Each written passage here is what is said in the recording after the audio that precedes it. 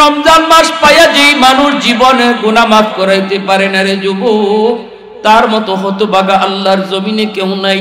রমজান মাসে রোজা রাখলো, তারাবির নামাজ পড়লো, রোজাগুলোর হক আদায় করে সে মিথ্যা কথা থেকে নিজেরে বাঁচাইলো, অহেতুক গল্প গুজব থেকে নিজের জবানটারে বাঁচাইলো, অহেতুক খেলাধুলা থেকে রমজানটাকে সে বাঁচায় রাখলো।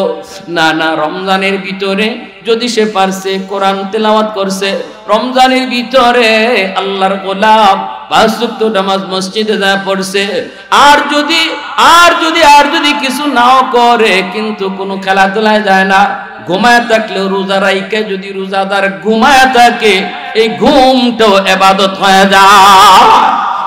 একটু জোরে কোন না সুবহানাল্লাহ, আর একটু জোরে সুবহানাল্লাহ। আল্লাহ পাক রব্বুল আলামিন তিনি এই আয়াতের ভিতরে সূরা ফুরকানের এই আয়াতে ঘোষণা দিয়ে দিবেন, আমার যেই সকল বান্দা তওবা করবে আর বলবে মালিকার সামনে কখনো তোমাকে নারাজ করব না, আমি আল্লাহ তার উপর এত খুশি হই, তার জীবনের গুনাহগুলো শুধু আমি মাফ করি তা না, বরং গুনাহগুলোকে নেকি দ্বারা বদলায়া দেই। একটু জোরে আওয়াজ দিয়ে কোন না সুবহানাল্লাহ। এজন্য তওবাকারী তওবার দ্বারা সে যত বড় গুনাহগার ছিল আগে, তওবার দ্বারা সে হয়ে যায় তত বড় নেককার। কারণ গুনাহ তার যত বেশি ছিল, নেকিও হয়ে গেছে তত বেশি। সুবহানাল্লাহ জোরে বলেন, বুঝছেন? তওবা করার আগে সে যত বড় গুনাহগার ছিল, তওবা করার পরে সে তত বড় নেককার হয়ে যায়। কারণ গুনাহ যেই পরিমাণ ছিল, আল্লাহ এই পরিমাণ নেকি দিয়া বদলায় দেয়। তাহলে হাসরের মাঠে কেন আল্লাহ গুনাহকে নেকি দ্বারা বদলায়? কারণ হলো হাসরের মাঠে মানুষ যখন ডান হাতে আমলনামা পায়, আমলনামা পাইয়া খুশিতে একে অপরকে দেখায়। যেমন দুনিয়াতে দেখবেন কেউ ভালো রেজাল্ট করলে, ভালো ফলাফল করলে বন্ধু বান্ধবরে কয়, দোস্ত এই যে দেখ আমি জিপিএ 5 পাইছি, আমি গোল্ডেন A+ পাইছি, কত খুশি। তার খুশিতে আত্মীয় স্বজন বন্ধু বান্ধবরে দেখায়। হাসরের মাঠেও আল্লাহর যে বান্দা ডান হাতে আমলনামা পাবে, মানে সে জান্নাতি, জান্নাতের সার্টিফিকেট দেওয়া হবে ডান হাতে আমলনামা দিয়া, তখন এই খুশিতে সে যারে পাইব হেরেই কইব, দেখ এই যে দেখ আমি ডান হাতে আমলনামা পাইছি। তখন একজন আরেকজনে আমলনামা দেখবো, দেখতে গিয়ে একজনে কইব, কিরে তোর আমলনামার ভিতরে এখানে নেকি আছে, নামাজ আছে, রোজা আছে, সবই আছে, মাঝখানে এতটুকু জায়গা ফাঁক দেখা যায় কেন? এই জায়গায় কোনো লেখা নাই, এখানে গ্যাপ কেন? মনে হয় এখানেই গুনাহ আছিল, এখানেই তোর গুনাহ আছিল, এই গুনাহটা আল্লাহ দয়া করে মাফ করে দিছে, আল্লাহ দয়া করে মাফ করে দিছে। এতটুকু শরম, এতটুকু লজ্জাও যেন তওবাকারীকে হাসরের মাঠে কেউ দিতে না পারে। এজন্য আল্লাহ ওই গ্যাপটাকে আর গ্যাপ রাখবেন না, এটা আল্লাহর পক্ষ থেকে নেকি দিয়া ভরপুর করে দিবেন। সুবহানাল্লাহি ওয়া বিহামদিহি সুবহানাল্লাহিল আযীম। এজন্য তওবাকারী তওবার সাথে সাথে তার নাম আল্লাহর ওলির তালিকায় উঠে যায়। জোরে কোন সুবহানাল্লাহ।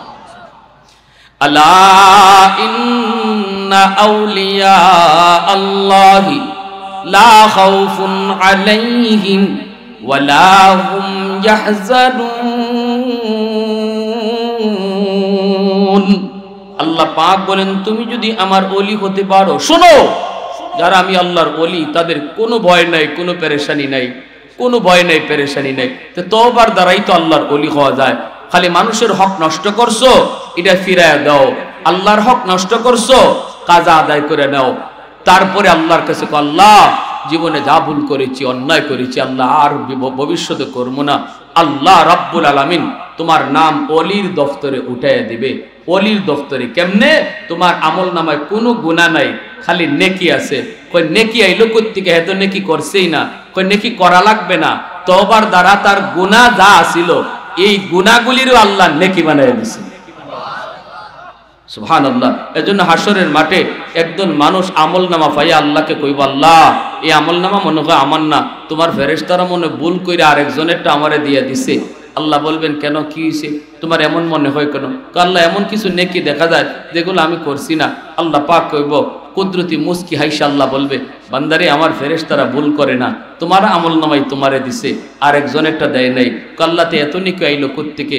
তখন আল্লাহ পাক হিসাব তারে বুঝাইয়া দিবে, বান্দা ওই যে এক ওয়াজ মাহফিলে যাইয়া দিলটা নরম করে কইছিল, আল্লাহ জীবনে যা ভুল করছি মালিক, আল্লাহ আর করবো না, চোখের সামনে তো বন্ধু কবরে চলে গেল, হয়তো আমি বেনামাজি থাকতে থাকতেই আমারও যদি কবরে ডাক চলে আসে, আল্লাহ আজকে রাতে আমি তওবা করলাম, আর নামাজ ছাড়বো না, আর বাপ মারে কষ্ট দিব না, আল্লাহ আর জীবনের রোজা ছাড়বো না। ও বান্দা, তোমার এই তওবাটার উপরে আমি আল্লাহ খুশি হইয়া তোমার সব গুনাহ আমলনামা থেকে মুচ্ছা এই জায়গাটা আমার পক্ষ থেকে নেকি দিয়া ভরপুর করে দিছি। সুবহানাল্লাহি ওয়া বিহামদিহি সুবহানাল্লাহিল আযীম। এজন্যই হযরত আবু বকর সিদ্দিক রাদিয়াল্লাহু তাআলা আনহু হযরত ওমর ফারুক রাদিয়াল্লাহু তাআলা আনহুকে তিনি ডাক দিয়ে বলেন, ভাই ওমর, আমি আবু বকরের মন বলে তোমার জিন্দেগীর নেকি আমার চেয়ে অনেক বেশি। হযরত ওমর বলেন, কোন যুক্তিতে? আপনি তো হলেন উম্মতের ভিতরে সেরা, আমার জীবনের নেকি আপনার চেয়ে বেশি হয় কেমনে? সিদ্দিক আকবর বলেন, ভাই ওমর, কোনো যুক্তি নাই, তবে কোরআনের আয়াতের দলিল আছে। কি সেই দলিল? কই দলিল হলো আল্লাহ কোরআনের ভিতরে তিনি জানাইছেন, ইল্লা মান তাবা ওয়া আমানা ওয়া আমিলা আমালান সালিহা ফাউলাইকা ইউবাদদিলুল্লাহু সাইয়্যাতিহিম হাসানাত।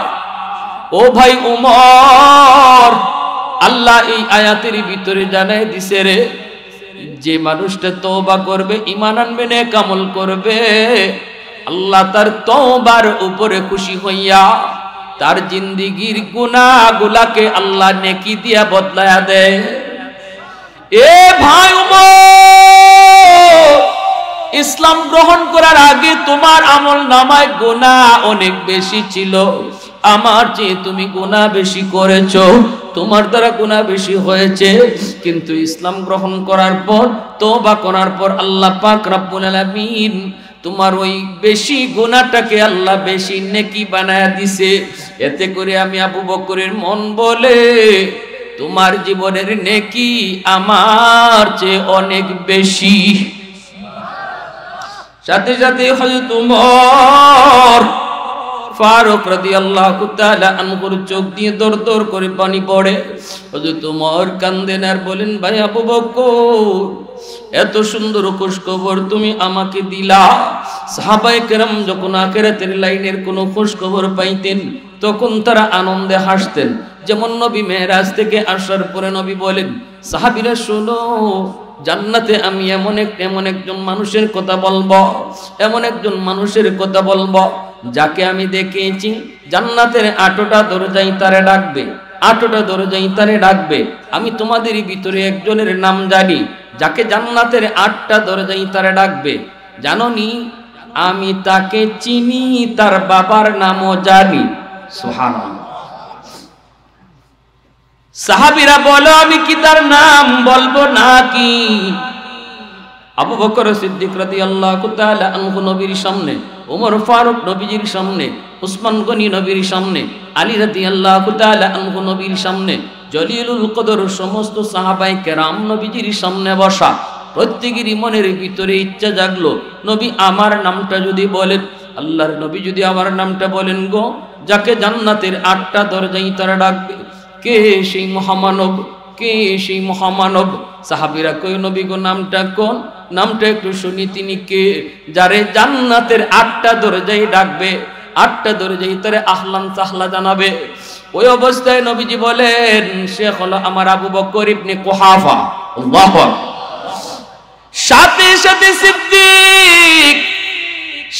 সাথে সিদ্দিক আকবর রাদিয়াল্লাহু তাআলা আনহু কান্না শুরু করে দিলেন, চোখ থেকে দর দর করে পানি পড়ে। এটা হলো আনন্দের কান্না। সাহাবায়ে কেরামের ভিতরে দুনিয়ার সবচেয়ে আনন্দের খুশখবর হলো জান্নাতের খুশখবর। সুবহানাল্লাহ। আখিরাতের বাড়ির খুশখবর, জান্নাতের বাড়ি গাড়ির খুশখবর, এটা হলো তাদের জীবনের সবচেয়ে বড় খুশখবর। এজন্যই সিদ্দিক আকবর যখনই বললেন ভাই ওমর, আল্লাহর কোরআনের আয়াত বলে তুমি ওমরের জিন্দেগীর নেকি আমার চেয়ে বেশি। এই কথা বলতেই হযরত ওমর এবার বলতেছেন চোখের পানিটা মুছে মুছে বলেন ভাই আবু বকর, এত কিছু আমি বুঝি না, আমি এত কিছু বুঝি না, কেমনে আমার জীবনের নেকি বেশি আমি এত কিছু বুঝি না। তবে আসো, যদি আমার জীবনের নেকি বেশি হয় দুইজনে জীবনের নেকি বদলা বদলি করি। সুবহানাল্লাহ। আমি ওমর আমার জিন্দেগীর সব নেকি তোমাকে দিয়ে দেব, বিনিময়ে তুমি আবু বকর তোমার জিন্দেগীর সব নেকি লাগবে না গো, শুধু আমাকে একটা রাতের নেকি দিবানি। সিদ্দিক আকবর বলে ভাই ওমর রাতের নেকির কথা তুমি বলো রে। সাথে সাথে হযরত ওমর বলে চোখের পানি মুছেন আর বলেন ভাই আবু বকর, আমি তোমার জিন্দেগীর ওই রাতের নেকিটা চাই যেই রাতে তুমি আমার নবীকে নিয়ে হিজরত করেছিলা। মোহাব্বতের আওয়াজে কন্যা সুবহানাল্লাহ, আর একটু জোরে সুবহানাল্লাহ। উলফত মে তেরি ওয়াইসিনে দন্দান কো তুরা, बू बकर उमर नक्श कदम तेरा न छोरा, उल्फत में तेरी वैसी ने दंदान को तोरा, बू बकर उमर नक्श कदम तेरा न छोरा, आयुषा के नबी वाकियस रार मदीना, सुल्तान का सुल्तान है सुल्तान मदीना, सरकार का सरकार है सरकार मदीना, गुलजार का गुलजार है गुलजार मदीना। अल्लाह ने मक्का ही में ये काबा बनाया, इस काबा का काबा तेरी मरकद को बनाया, अल्लाह ने मक्का ही में ये काबा बनाया, इस काबा का काबा तेरी मरकद को बनाया, ऐसा लम्हा जी चले जा राही मदीना, सुल्तान का सुल्तान है सुल्तान मदीना, सरकार का सरकार है सरकार मदीना, गुलजार का गुलजार है गुलजार मदीना। मोहब्बतेर साथे आवाज दिया सुबहानाल्लाह, और एकटू जोरे अल्लाहु আকবার, और एकटू जोरे बोलेन अल्लाहु আকবার। যখনই সিদ্দিক আকবর বলতেছেন ভাই ওমর কোন রাতের নেকি তুমি চাও, কই যেই রাতে আমার নবীকে নিয়ে তুমি হিজরত করেছো, যেই রাতের অপেক্ষায় তুমি 40 রাত ঘুমাও নাই রে আবু বকর, রাতের বেলা তুমি বিছানায় পিঠ লাগাও নাই, দরজার সামনে কান লাগায় দাঁড়ায় ছিলা, কখন জানি আমার নবী এসে তোমাকে আস্তে করে ডাক দিবে, যেন নবীর কষ্ট না হয় এজন্য 40টা রাত তুমি ঘুমাও নাই। আল্লাহু আকবার। দরজার সামনে কান লাগায় দাঁড়াইছিল, আমার নবী গভীর রাতে যখন তোমার দরজার পাশে গিয়া কয় আবু বকর, আস্তে করে আবু বকর করে ডাক দিয়েছে, সাথে সাথে তুমি দরজা খুলে দিয়েছো। নবী জিজ্ঞেস করেছে আবু বকর এত তাড়াতাড়ি দরজা কেমন করে তুমি খুললা, তুমি কি ঘুমাও নাই? সেদিন বলেছিলেন নবী গো, ওই যে 40 দিন আগে আপনি বলেছিলেন আবু বকর রেডি থাইকো, যে কোনো একদিন কোনো এক রাতে তোমাকে নিয়ে হিজরত করব, সেদিন থেকে আমি আবু বকর আজও পর্যন্ত বিছানায় রাতে পিঠ লাগাই না। ও ভাই আবু বকর, ওই রাতের নাকি আমি ওমর চাই যেই রাতে আমার নবীকে নিয়ে তুমি পাহাড়ের নিচে যে দাঁড়াইছো, গারে সুর, এত উঁচা পাহাড়, উঁচা উঁচা পাহাড়ের উপরে হলো সেই গুহা, যেই গুহাটার ভিতরে নবীকে নিয়ে তুমি আশ্রয়ে ছিলা, তোমরা আত্মগোপনে ছিলা। কিন্তু সেই গারে সুর অনেক উঁচা এক পাহাড়ের উপর, এত উঁচা পাহাড়টা বেয়ে বেয়ে কেমনে উঠছো? সেদিন তো তুমি নবীকে পাহাড় বাইতে দাও নাই রে ভাই আবু বকর। আমার রহমতের নবীকে তুমি বলেছো নবী গো পাহাড় বেয়ে বেয়ে উঠলে আপনার বড় কষ্ট হবে গো নবী, আপনি আমার পিঠে উঠুন, আমি আবু বকর আপনাকে পিঠে লইয়া পাহাড় বায়া বায়া করতে পৌঁছে যাব। ওই গুহার কিনারায় যাওয়ার পরও নিজে নবীকে আগে ঢুকতে দাও নাই, নিজে যায় ঢুকছ। তুমি বলেছো নবী গো আপনি এখানে দাঁড়ান, আমি যে আগে গুহার ভিতরে ঢুকবো, আগে যে দেখি গুহাটা নিরাপদ কিনা গো নবী। যদি কোনো হিংস্র জীব জানোয়ার থাকে আমার ক্ষতি হয়ে গেলে উম্মতের বেশি ক্ষতি হবে না, কিন্তু আপনার যদি ক্ষতি হয় ফাহালাকাতিল উম্মাহ, গোটা উম্মত হালাক হয়ে যাবে গো নবী। এই জায়গায় আপনি একটু দাঁড়ান, আমি আগে ঢুকি। সেদিন তুমি আগে যে আগে ঢুকছো, ঢুকে সবগুলি ছোট ছোট গর্তের মুখ বন্ধ করেছো, যেন সেই গর্ত থেকে সাপ বেড়ে নবীর ক্ষতি করতে না পারে। সবগুলা গর্তের মুখ তুমি পাগড়ি সিঁড়ে সিঁড়ে বন্ধ করেছো। একটা গর্তের মুখ বন্ধ করার মতো কাপড় সেদিন ছিল না, নিজের পা দিয়ে তুমি ওই গর্তের মুখটা আটকায় রাখছো। এরপরে আমার নবীর ডাক দিয়েছো, নবী গো আপনি গুহার ভিতরে আসেন। নবী ভিতরে ঢুকলে পরে তুমি নবীকে বলতেছো ইয়া রাসূলুল্লাহ, নবী গো আপনার কষ্ট হয়েছে, লম্বা সফর করেছেন গো নবী, একটু বিশ্রাম নেন। ওই দিন নবীকে তুমি বিশ্রাম করাইছো, তোমার উরাতের মধ্যে আমার নবীর ঘুম পাড়ায়া দিছো, অথচ ওই দিন ঘুমের প্রয়োজন ছিল তোমার বেশি, কারণ 40 রাত তুমি ঘুমাও নাই। কিন্তু নিজে না ঘুমাইয়া, নিজে বিশ্রাম না নিয়া রহমতের নবী সরওয়ারি দু জাহানকে তুমি ঘুম পাড়াইছো। আর চোখ জুড়ায়া, নয়ন জুড়ায়া জুড়ায়া আমার নবীর চেহারা মোবারক তুমি দেখছো। এত কাছে থেকে কেউ নবীর দেখে নাই রে আবু বকর, যতটা কাছে থেকে আমার নবীর নুরানি চেহারা তুমি দেখছো। ওই দিকে তোমার যে পা গর্তের মুখ বন্ধ করে রাখছো, এই গর্তেই ছিল সাপ, সাপে দিল তোমারে কামড়। বিষাক্ত সাপের বিষের যন্ত্রণা, কত কষ্ট, এত যন্ত্রণা তুমি সহ্য করেছো। মুখ থেকে আহ উহ শব্দটাও বের করো নাই, কারণ নবী তোমার উরাতে ঘুমাইতেছে। আহ উহ শব্দ বের করলে হয়তো আমার নবীর ঘুমের ডিস্টার্ব হবে।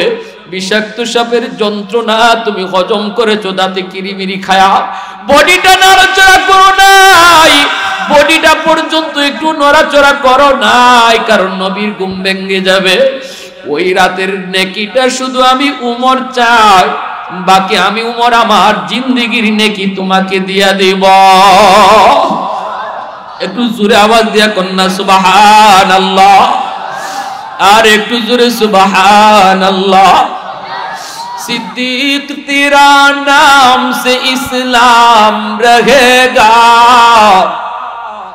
सिद्दीक तेरा नाम से इस्लाम रहेगा, दुनिया की सदाकत में तेरा नाम रहेगा, फारूक तेरा नाम से इस्लाम रहेगा, दुनिया की अदालत में तेरा नाम रहेगा, दुनिया की अदालत में तेरा नाम रहेगा। একটু জোরে সুরে বলেন আল্লাহু আকবার, আর একটু জোরে আল্লাহু আকবার। ভাইরা বন্ধুরা দেখেন, হযরত ওমর ফারুক রাদিয়াল্লাহু তাআলা আনহুর অন্তরে কি পরিমাণ ভয়, অথচ দুনিয়া থাকতে জান্নাতের সার্টিফিকেট পাইছেন, দুনিয়া থাকতে জান্নাতের সার্টিফিকেট পাইছেন। আল্লাহর নবী জান্নাতের সার্টিফিকেট দিয়ে দিয়েছেন, আবু বকর ফিল জান্নাহ, ওমর ফিল জান্নাহ, উসমান ফিল জান্নাহ, আলী ফিল জান্নাহ। আল্লাহর নবী কিন্তু এইভাবে 10 জন সাহাবীকে দুনিয়া থাকতেই জান্নাতে সার্টিফিকেট দিলেন। সেই ওমরের দিলের ভিতরে ভয়, কি পরিমাণ ভয়, হায় রে আমি কোথাও আটকে যাই, হায় রে আমি কোথাও আটকে যাই। নবীর সাহাবী হযরত হুযায়ফা রাদিয়াল্লাহু তাআলা আনহু, তিনি তো এরকম সাহিবুস সিররি ওয়াল আখফা, নবীজি তার কাছে মুনাফিকের লিস্ট দিয়া গেছিলেন। এনাকে দেখলেই হযরত ওমর ভয় পাইতেন, দেখলেই ভয় পাইতেন। দেখলেই ভয় পাইতেন। একদিন রাতের বেলা তিনি ঘুমাইতে পারেন না, ওমর ঘুম থেকে পাগলের মতো উঠে গেছেন, দৌড়াইয়া নবীর সাহাবীর বাড়ির সামনে যে হাজির। দরজা খুলছেন ফজরের সময়, ডাকও দেন না, দরজার সামনে দাঁড়িয়ে অর্ধ পৃথিবীর বাদশাহ ওমর দাঁড়ায় আছেন। নবীর একজন সাহাবী, কে সে? যার কাছে নবীজি মুনাফিকের তালিকা দিছেন, মুনাফিকের তালিকা দিছেন, আর নবী বলছেন আর কাউকে বলবা না। এই মদিনার ভিতরে কারা কারা মুনাফিক আমি তোমাকে জানায় গেলাম। আল্লাহ নবী তালিকা তার কাছে দিয়া গেলেন। এই জন্য হযরত ওমর ভয় পাইতেন, না জানি আমি ওমরের নাম এই তালিকায় আছে কিনা। এই ভয় তার অন্তরে থাকতো, এই ভয় অন্তরে থাকতো। ফজর পর্যন্ত দাঁড়ায় আছেন, সাহাবী দরজা কইলা দেখেন খলিফাতুল মুসলিমিন আমিরুল মুমিনিন তিনি দাঁড়ানো। কি খবর এত রাতে আপনি আমার দরজার সামনে, ঘটনা কি? বুকে জড়ায় কান্দেন আর বলেন, ভাই একটু বল, আমি উমরের নামটা কি মুনাফিকের খাতায় আছে নাকি একটু কও, আমার ঘুম হয় না, ঘুম হয় না। সাথে সাথে সাহাবী কই, না গো নবীর সাহাবী, আপনার ব্যাপারে তো আল্লাহর নবী জান্নাতের সার্টিফিকেট দিয়া দিছে, জান্নাতের সার্টিফিকেট আপনার ব্যাপারে, আপনি এই টেনশন কেন করেন? হযরত রাসূল করিম সাল্লাল্লাহু আলাইহি ওয়াসাল্লামের নাতি হুসাইন রাদিয়াল্লাহু তাআলা আনহু ছোট্ট বালক, আর হযরত ওমরের সন্তান ইনিও ছোট্ট, খেলাধুলা করতেছেন এক মাঠে। হুসাইন ওমরের ছেলেকে একটা গালি দিছে। বাচ্চারা খেলাধুলা করলে মাঝে মাঝে একটু টুকটাক ঝগড়াঝাটি হয়। হুসাইন গালি দিয়ে বলছেন, গোলামের ফুত গোলাম। এই গালিটা শোনা মাত্রই হযরত ওমরের ছেলে তিনি দৌড়াইয়া বাপের কাছে এসে নালিশ দিয়ে দিছে, আব্বা হুসাইন আমারে গোলামের ফুত গোলাম কইছে। হযরত ওমরও খেপে গেছেন, কও কি? হুসাইন আমারে তোমারে গোলাম কইছে, আমারও গোলাম কইছে। গোলামের ফুত গোলাম কইলে আর বাপ আর বাকি থাকে নাকি? বাপ তো বাকি থাকে না। তো আল্লাহ রাসূল সাল্লাল্লাহু আলাইহি ওয়াসাল্লাম, রাসূল করিম সাল্লাল্লাহু আলাইহি ওয়াসাল্লামের নাতি হুসাইন, রাসূলের কলিজার টুকরা, গালি দিয়া বসছে একটা ডাটা গালি। গালি হলো হুসাইন, ও তিনি বলতেছে হযরত ওমরের ছেলেকে, তুমি গোলামের ফুত গোলাম। হযরত ওমর খেপিয়া আলী রাদিয়াল্লাহু তাআলার কাছে বিচার পাঠাইছে, আলী তোমার ছেলে হুসাইন কি জিগাও তো, সে কি আমার ছেলেরে গোলামের ফুত গোলাম কইছে নাকি? হযরত আলী যাই জিজ্ঞেস করতেছে, বাবা তুমি কি ওমরের ছেলেকে গোলামের ফুত গোলাম কইছো? সাথে সাথে ইমাম হুসাইন ছোট্ট বালক, কিন্তু ইনি বলতেছে, হ বাবা আমি গোলামের ফুত গোলাম বলছি, গোলামের ফুত গোলাম বলছি। বিন্দু পরিমাণও মিথ্যার আশ্রয় নেন নাই। মিথ্যা কথা কওয়া তো এটা আমাদের ট্রেডিশন, এটা আমরা পাইয়ে আইছি। কিন্তু নবীর যুগে, নবীর সাহাবীদের যুগে শিশু বাচ্চারাও মিথ্যা কথা কইতো না, ঠিক কিনা জোরে বলেন? মিথ্যা কথা কইতো না। আর আমরা এখন মুরব্বী হইলেও মিথ্যা কথা ছাড়ি না, আসেনি না নাই? অথচ আল্লাহ রাসূল সাল্লাল্লাহু আলাইহি ওয়াসাল্লাম বলছেন মিথ্যা কথা কখনো মুসলমান। সাহাবী জিজ্ঞেস করে, নবী গো মুসলমান কি জিনা করতে পারেনি? নবী কো পারে, শয়তানের ধোঁকায় পড়লে ওই যেতে পারে। সাহাবী জিজ্ঞেস করে, নবী গো মুসলমান কি চুরি করতে পারেনি? আল্লাহ নবী কো এটা হইতে পারে, শয়তানের ধোঁকায় পড়ে করে ফেলতে পারে। সাহাবী জিজ্ঞেস করে, রাসূলুল্লাহ মুসলমান কি মদ খাইতে পারে? রাসূল কয় পারে। এরপরে সাহাবী কয়, মুসলমান কি মিথ্যা কথা কইতে পারে? আল্লাহ নবী কয় অসম্ভব, মুসলমান মিথ্যা কথা কইতে পারে না। তাহলে বুঝেন কত বড় অপরাধ। ইমাম হুসাইন ছোট বালক, বাবা যখন জিজ্ঞেস করতেছে, বেটা তুমি নাকি ওমরের ছেলেকে গোলামের ফুত গোলাম কইছো? আমরা হইলো কইতাম কেডা কইছে, কোন হালার ফুতে কইছে, এটা ধরে লইয়া আমার কাছে কইতাম না, কইতাম না, আরো উপরে বড় বাহাদুরি করে কথা কইতাম, মনে করতাম কথাটা ঘুরাই দিই। কিন্তু হুসাইন বলতেছে, হ বাবা আমি গোলামের ফুত গোলাম কইছি। সাথে সাথে হযরত আলী রাদিয়াল্লাহু তাআলা আনহু বলতেছে, বাবা এটা তুই করলি কি? উমর হইল রানিং প্রেসিডেন্ট, রানিং প্রেসিডেন্টের ফুলারে গোলামের ফুত গোলাম কইছো, এটা কেমনে কইলা, কোন সাহসে কইছো? এখন উমর তো বিচার করবে। হুসাইন কয়, আব্বা আপনি টেনশন করেন না, উমর যেখানেই বিচার করুক না কেন আমি যা কইছি তাই কইব। মদিনার মানুষ মসজিদে নববীর ভিতরে সবাই হাজির। অসুবিধা দিতেছে আপনাদের? অসুবিধা দিতেছে?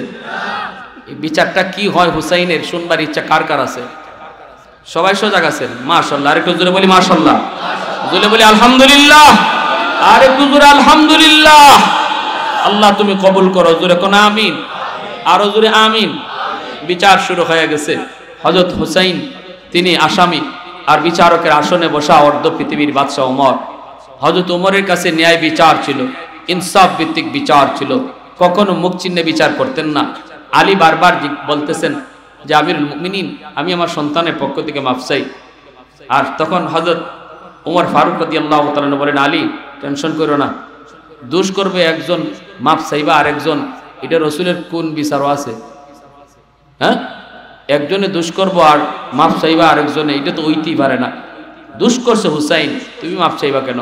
আলী রাদিয়াল্লাহু তাআলা ভয়ে আছেন, নবীজির কলিজার টুকরা মেয়ে ফাতেমা ইনিও ভয় পাইতেছেন, ভর ভিতরতে কাঁদতেছেন। কারণ ওমর তো এমন মানুষ যিনি ন্যায় বিচার করতে যায় নিজের সন্তানকে মেরেই ফেলেছেন, মেরেই ফেলেছেন। আবু শাহমা হযরত ওমরের ছেলে, মুখ থেকে দুর্গন্ধ বের হয়েছিল। অনেকে এই অভিযোগ দিছে আপনার পোলায় মদ খাইছে। খলিফাতুল মুসলিমিন হযরত ওমর তিনি আবু শাহমারে ডাক দিয়ে আনছেন, বাবা তুই নাকি মদ খাইছো? কয় না বাবা, আমি নাবিজ খাইছি।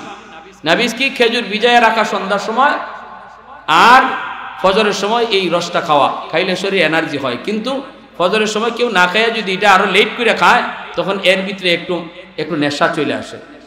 তো ওমরের ছেলে আবু শাহমা একটু লেট করে খাইছেন, কোনো ব্যস্ততার কারণে। নেশা হোক এটা মনে করে না, কিন্তু একটু নেশা হয়ে গেছিল। আর হযরত ওমর কাছে আইনা যখন নাক দিয়ে শুঙ্গে দেখেন মদের গন্ধ করে, সাথে সাথে জল্লাদে আদেশ দিয়েছেন, তাড়াতাড়ি চাবুক নিয়ে আসো। আর বলছেন, মদিনার মানুষ এবার দেখবা উমরকে খালি তোমাদের ব্যাপারেই বিচার করে নাকি উমর তার সন্তানের ব্যাপারেও বিচার করে। ছেলে শুধু বারবার কইতেছে, আব্বা আমি মদ জানি না খাই নাই, আব্বা আমারে মাফ করেন, আমি মদ জানি না খাই নাই, আমি তো নাবিজ খাইছিলাম, এটা যে একটু নেশা হয়ে গেছে আব্বা জানি না। কিন্তু হযরত ওমর মানতে রাজি না। জল্লাদকে বললেন 80টা বেত লাগাও, 80টা দুররা, 80টা বেত লাগাইব। জল্লাদ 3টে মারছে, 3টে মারার পরেই হযরত ওমর জল্লাদরে ঠেলা দিয়ে মেরে ফেলাই দিছে। হর এটা কের বেত? আমার ফুট দিকে তুমি মনে হয় দরদ দেখায় মারো, এটা কোনো বেতই না, এটা চাবুক নামিয়ে সর, চাবুক আমার হাতে দাও। হযরত ওমর চাবুক হাতে নিয়ে নিছেন। মদিনার মানুষ দেখতেছে, চাবুক মারা শুরু করলেন নিজের সন্তানকে। 80টা মারেন নাই, 40টা মারার পরে ওই সন্তান অজ্ঞান হয়ে মাঠে পড়ে গেছে। কারণ তিনি বলছিলেন জল্লাদের 3 চাবুক, জল্লাদ 3টা মারছে, জল্লাদের 3টে আর আমার একটা, অর্থাৎ তার 3 চাবুকে 1 হইছে। জল্লাদে মারছে 3টা, এরপরে উনি যখন চাবুক মারবেন 4 নাম্বার কোয়ার কথা না, কিন্তু উনি চাবুক মারে কইতেছেন 2। কেন 2? জল্লাদের 3টা, একটা হইছে আমার একটা, এইবার দ্বিতীয় একটা। এইভাবে কইয়া 40টা চাবুক মারতেই ছেলে অজ্ঞান হয়ে মাটিতে পড়ে গেছে। মা আইসা হাত দুইরা পায়ে দুইরা মাপ চাইতেছে আর বলতেছে, স্বামী গো, আমার সন্তানের বিনিময়ে আমি 100টা উট আল্লাহর রাস্তায় কোরবানি দিয়ে দিব, তবু আমার সন্তানের জানটা বাঁচাও। হযরত ওমর বলেন, সরো, এখানে কোনো দরদ চলবে না। স্ত্রীকে সরায় দিলেন। এরপর চাবুক মারতে মারতে 80টা দুররা মারেন নাই, 60টা মারছেন, ছেলে মরে গেছিলেন। এই ছেলেকে হযরত ওমর নিজে গোসল করাইছেন, কাফন পরাইছেন, কাফন পরাইয়া দাফন করেছেন, কবরস্থ করেছেন। মদিনার মানুষ দেখছে ওমর কাকে বলে, ওমরের বিচার কি। দাফন করছেন, কবরে রাখার পরে কবরের উপরে আল্লাহকে সাক্ষী রেখে বলেন, মালিক 20টা চাবুক বাকি রইছে, মারতে পারি নাই, ছেলে আমার মরে গেছে। আল্লাহ, হাসরের মাঠে আমি ওমরকে যেন তোমার আদালতে জবাবদিহিতায় শামিল হতে না হয়, আরো 20টা চাবুক আমি তার কবরের উপরে মারলাম। নারে তাকবীর, নারে তাকবীর, দ্বীন ইসলাম আর আনসার ইসলামী যুব সংঘ, আল্লামা নাসিরউদ্দিন আনসারী সাহেব, নারে তাকবীর। প্যার হাজিরিন, দেখছেন ইসলামের বিচার ব্যবস্থা কত সুন্দর। ইসলামে মুখ চিহ্নে বিচার নাই, গোষ্ঠী চিহ্নে বিচার নাই, টাকা খায়া বিচার নাই। যদি সমাজ ব্যবস্থার মধ্যে ইসলাম প্রতিষ্ঠা পায়, সামাজিকভাবে যদি উলামায়ে কেরাম নেতৃত্বে আসে, উলামায়ে কেরামের কাছে যদি বিচার ব্যবস্থা থাকে, তাহলে কখনো দুর্নীতি হবে না, বেইনসাফি হবে না, জুলুম হবে না, অবিচার হবে না। কারণ তাদের চোখের সামনে নবীর সাহাবায়ে কেরামের বিচার ব্যবস্থার রুল রয়েছে। ঠিক কিনা জোরে বলেন? উলামায়ে কেরামের চোখের সামনে তাদের নজির রয়েছে। প্যারে হাজিরিন, নেতৃত্ব একটা পবিত্র জিনিস। এই পবিত্র জিনিসকে কিছু মানুষ নাপাক করে ফেলেছে। পবিত্র জিনিস নেতৃত্ব দিয়েছেন আমার নবী, নেতৃত্ব দিয়েছেন আবু বকর, নেতৃত্ব দিয়েছেন ওমর, নেতৃত্ব দিয়েছেন ওসমান, নেতৃত্ব দিয়েছেন আলী। অতএব নেতৃত্ব পবিত্র মানুষগুলার কাজই ছিল। আজকে সমাজ খারাপ মানুষের কারণে এই পবিত্র জিনিসটা আজকে অপবিত্র হয়ে গেছে, ঠিক কিনা জোরে বলেন? এজন্য আল্লাহ নবী বলেছেন শেষ জমানায় তোমাদের নেতা হবে এমন মানুষ যে সমাজের সবচেয়ে নিকৃষ্ট, সমাজের সবচেয়ে খতরনাক, কম জাতের গড়ের কম জাত, হে হইব সমাজের নেতা। এটা কিয়ামতের আলামত, এটা কিয়ামতের আলামত। সম্মানী মানুষকে সম্মান দিব। আর উলামায়ে কেরাম হলো সমাজের সবচেয়ে সম্মানী। এই সার্টিফিকেট আমি দেই নাই, এটা আল্লাহ দিয়েছেন। ইন্না আকরামাকুম ইনদাল্লাহি আতকাকুম, যার ভিতরে তাকওয়া বেশি সে সবচেয়ে সমাজের সম্মানী। কার ভিতরে তাকওয়া বেশি? আল্লাহ বলেন আল উলামা, আল্লাহ পাক বলেন ইন্নামা ইয়াখশাল্লাহা মিন ইবাদিল উলামা। উলামায়ে কেরাম আমি আল্লাহকে বেশি ভয় করে, আমি আল্লাহকে বেশি ভয় করে উলামায়ে কেরাম। তাহলে আলেমদের অন্তরে তাকওয়া বেশি, এটা আল্লাহ নিজে সার্টিফিকেট দেওয়া। আর তাকওয়া যার বেশি সে সমাজের সবচেয়ে সম্মানী, এটা আল্লাহর ঘোষণা দেওয়া। তাহলে সমাজের চেয়ারম্যান দামি নয়, সমাজের সবচেয়ে দামি হলো উলামায়ে কেরাম, ঠিক কি না? সম্মানীকে সম্মান দিলে আল্লাহ সম্মান তারেও দেয়। যে সম্মানী মানুষকে সম্মান করে আল্লাহ তার সম্মান বাড়ায় দেয়। প্যারে হাজরিন, এইবার বলতেছিলাম হযরত ওমর ফারুক রাদিয়াল্লাহু তাআলা আনহু বিচার হুসাইনের বিরুদ্ধে মদিনার মানুষ ভয়ে কাঁপতেছে, আলীও ভয় পেতেছে। হযরত ওমর আদালতের বিচারে বৈশা বলতেছেন হুসাইন এবার বলো তো আমার ছেলেরে তুমি কি বলছো? হযরত হুসাইন রাদিয়াল্লাহু তাআলা আনহু তখন তিনি বলতেছেন আমি আপনার ছেলেকে গোলামের ফুত গোলাম কইছি।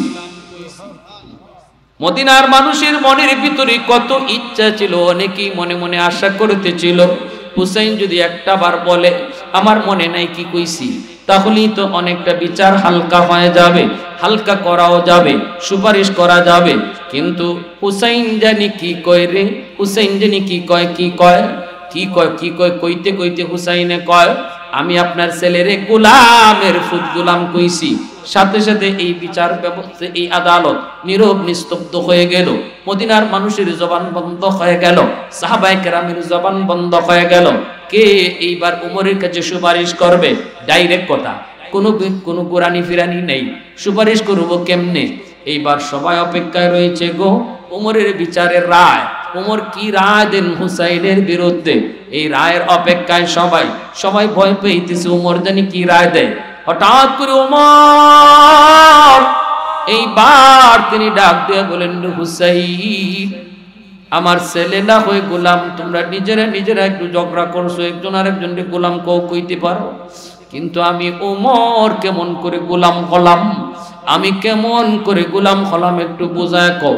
এই কথা বলতেই হুসাইন মদিনার মানুষের সামনে আওয়াজ দিয়ে বলেন, নবী সাহাবীদের সামনে আওয়াজ দিয়ে বলেন খলিফাতুল মুসলিমিন আপনি অর্ধ পৃথিবীর বাদশা হতে পারেন গো, কিন্তু আপনি কি আমার নানা জানের গোলাম না? আপনি কি আমার নানা জান রহমতের নবী সরওয়ার দু জাহান, আমার নানা জানের জুতা কি আপনি আগায় দেন নাই? আপনি কি আমার নানা জানের অজুর পানি আগায় দেন নাই?